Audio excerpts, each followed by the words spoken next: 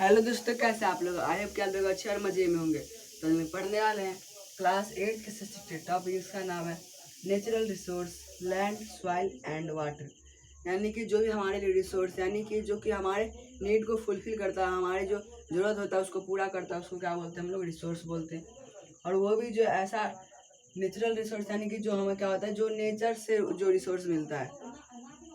तो हम लोग उसमें आज हम लोगों ने पिछले पार्ट में क्या पढ़ा था? वाटर के बारे में पढ़ा था, जो कि वाटर कितना परसेंट अर्थ पर अवेलेबल है और कैसे हम लोग वाटर को बचा सकते हैं। इसके बाद हम लोग इस वीडियो में पढ़ेंगे लैंड के बारे में और सॉइल के बारे में। तो हमारे अर्थ है उस पर कितने? 4 स्पेयर है। पहला क्या है? पहला स्पेयर है हाइड्रोस्फीयर। दूसरा है लिथोस्फीयर। तीसरा है एटमॉस्फेयर।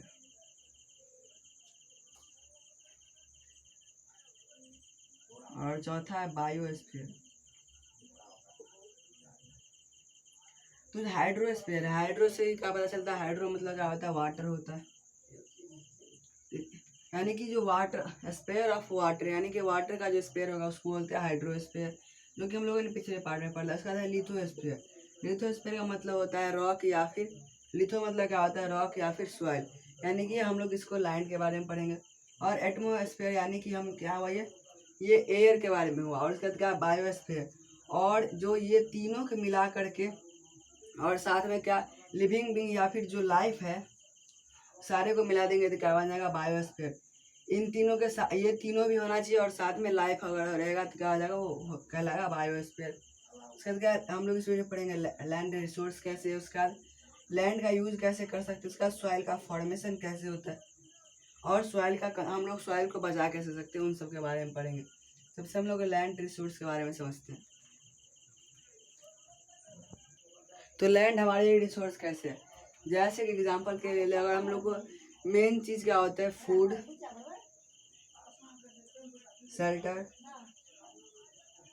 और क्लॉथ। तो जो फूड होगा वो क्या होगा हमारे लिए? हवा में तो नहीं पेड़ उग जाएगा, क्या होगा? हम लोग उसके लिए लैंड चाहिए। और ये भी क्या है कि रिसोर्स का, यानी कि लैंड हमारे लिए फूड के लिए भी यूज़ होता है। उसका शेल्टर, यानी कि अगर हम लोग को घर बनाना है तो हम लोग उसको भी हवा में नहीं बना सकते या फिर पानी में नहीं बना सकते, हम लोग को उसके लिए लैंड चाहिए। उसका क्लॉथ, और अगर हम लोग को क्लॉथ चाहिए तो उसके लिए क्या ज़रूरत पड़ेगा? हम लोग को जैसे करके कॉटन का लेना है तो उसके लिए उसको भी, अगर हम लोग कॉटन का क्या करना पड़ेगा? खेती करना पड़ेगा, और उसके लिए क्या चाहिए? लैंड चाहिए। या फिर अगर हम लोग ऊल का बात करें तो हम लोग सीप से लेंगे, लेकिन सीप खाएगा क्या? वो खाएगा प्लांट को खाएगा, तो प्लांट भी किसी से रहेगा? लैंड से। यानी कि जो सबसे मेन क्या है रिसोर्स, वो क्या है? लैंड है। उसका वाटर भी इम्पोर्टेंट है और क्या? एयर भी इम्पोर्टेंट है। उसका क्या है? लैंड का यूज़ कैसे कर सकते हैं जिससे हमारा क्या होगा? लैंड बचा रहेगा। तो हम लोग लैंड का यूज़, यानी कि ओवर ग्रेजिंग नहीं कराना है।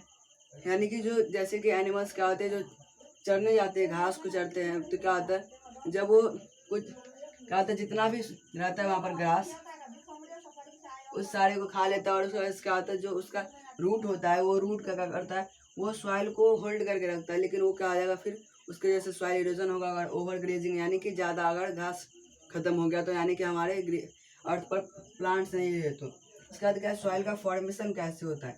तो सॉइल का फॉर्मेशन कैसे होता है? सॉइल फॉर्मेशन, यानी कि सॉइल का कैसे फॉर्मेशन होता है? तो अगर हम लोग एग्जांपल के लिए लेते, क्या आ जाएगा? एक रॉक है, यानी कि एक पत्थर है। उस पर क्या होता है, जब धूप पड़ता है तो क्या होता है, वो हम लोग को थर्मल एक्सपेंशन पड़ने की, कोई भी चीज़ को गर्म करेंगे तो क्या होगा? वो फैल जाएगा। तो क्या होता है? थोड़ा हल्का सा फैल जाता है। और फिर जब रात हो जाता है तो वो क्या हो जाता है? वो फिर से ठंडा हो जाता है और फिर से क्या होता है? वो सिकुड़ जाता है। और या फिर क्या होता है, जैसे गर्मी के मौसम में एक्सपेंड होता है। और उसके बाद क्या होता है, जब ठंडी का मौसम आता है तो फिर से क्या होता है? वो छोटा हो जाता है। और इसी वजह से क्या होता है, जब लगातार ये प्रोसेस चलता रहता है तो उससे क्या होता है? उसमें क्रैक्स आने लगते हैं। क्या होता है? क्रैक्स आने लगते हैं और फिर वो टूट जाता है। फिर वो इतना सा बन जाता है, फिर उसका भी फिर वैसे होता है तो फिर एकदम सॉइल बन जाता है। क्या हो जाता है? वो सॉइल का एकदम छोटा छोटा पार्टिकल्स बन जाता है। और इसमें क्या लगता है? Hundreds of year, thousands of year, यानी कि हज़ारों साल इसमें लग जाते हैं सॉइल का फॉर्मेशन होने में। उसका दूसरा हम लोग पहला समझ गए कि टेम्परेचर से होता है। दूसरा हम लोग समझ रहे किससे होता है, वाटर से होता है। जैसे कि अगर नदी में कोई पत्थर है तो क्या होता है, उस पर पानी बहते बहते बहते बहते वो धीरे धीरे घिसता जाएगा और क्या आ जाएगा, फिर वो उससे भी सेडिमेंट जो जहाँ पर क्या होता है डेल्टा होता है वहाँ पर क्या होता है सेडिमेंट जमा हो जाते हैं। उसी वही सेडिमेंट्स क्या होता है, जो रॉक होता है उसका टूट जाता है रॉक को, और उसी को क्या बोलते हैं, उसी से क्या होता है जो छोटा छोटा पार्टिकल्स होता है उसी को सेडिमेंट बोलते हैं, और जो कि एक सॉइल बन जाता है फिर से। तो वाटर से भी, उसका एयर से भी होता है, वो भी क्या होता है धीरे धीरे बहाते जाता है हवा से क्या होता है उसमें उसका छोटा छोटा जो पार्टिकल्स होते हैं जो लूज होता है वो उड़ता जाता है और फिर वो सॉइल बन जाता है। उसके बाद क्या केमिकली भी होता है, जैसे कि अगर हम लोग ऑर्गेनिक सब्सटेंस को क्या करेंगे डाल देंगे, या फिर प्लांट और एनिमल से होता है। जैसे प्लांट के लिए एग्जांपल के लिए ले रहे हैं तो क्या होगा, अगर प्लांट इस पर यहाँ पर कोई प्लांट ग्रो करेगा तो क्या हो जाएगा, इसमें रूट से क्रैक्स आने लगेंगे और उससे भी टूटेगा। उसके बाद एनिमल अगर चलता है तो क्या होता है, उसका जो पैर से होता है उसका घिसता जाता है। जैसे कि अगर हम मंदिर में देख लेंगे तो क्या हो जाता है, वहाँ पर जो चढ़ने वाला सीढ़ी होता है वो क्या होता है पत्थर का बना होता है और वो घिसने लगता है धीरे धीरे। वहीं घिसने का क्या कारण है, जो वहाँ पर लगातार वो प्रोसेस होने की वजह से क्या होता है घिसता है, और उसी से क्या होता है वो छोटा छोटा पार्टिकल्स में टूट जाता है और उसी को बोलते हैं सॉइल हम लोग। तो सॉइल का फॉर्मेशन इसी तरह से होता है, और जिस रॉक से सॉइल बनता है उसी रॉक को क्या बोलते हैं हम लोग, पेरेंट रॉक। यानी कि जिससे क्या हुआ उसका फॉर्मेशन हुआ उसी को बोलते हैं पेरेंट रॉक। इसके बाद हम लोग समझते हैं कि सॉइल को हम लोग कंजर्व कैसे कर सकते हैं, बचा कैसे सकते हैं, जो कि हमारे लिए क्या होगा, जो हमारे अर्थ को डैमेज नहीं करेगा। तो हम लोग सॉइल को कैसे बचा सकते हैं, तो सबसे पहला एफॉरेस्टेशन, यानी कि जितना ज़्यादा हो सके हम लोग को पेड़ लगाना चाहिए, जिससे कि क्या होगा, पहला चीज़ तो होगा कि ग्लोबल वार्मिंग नहीं होगा। Global warming,